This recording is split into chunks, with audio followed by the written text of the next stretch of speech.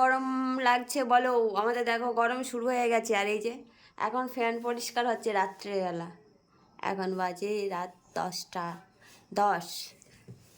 আর এখন একটু জেনে নিয়ে এসো। দেখো এখন ফ্যান পরিষ্কার হচ্ছে, গরমে শুতে পারছি না, তাই কত নোংরা পড়েছে দেখো। তো আমাদের দেখো ফ্যানটা মানে করে রাখা হয়নি, মানে অনেকেই পেপার দিয়ে মুড়িয়ে রেখে দেয় নোংরা যাতে না পড়ে, আর আমাদের তো মোড়ানো হয়নি, তো সেই কারণে এখন নোংরা পরিষ্কার করতে হচ্ছে, কারণ গরমে ঘুমোতে পারি না রাত্রে, মানে গরম পড়ে গেছে আর কি। মানে আমার গরম লাগে না, আমার তো ঠান্ডা লাগে, ফ্যান চললেও আমার এখন ব্ল্যাঙ্কেট গায়ে দিতে হবে বলো।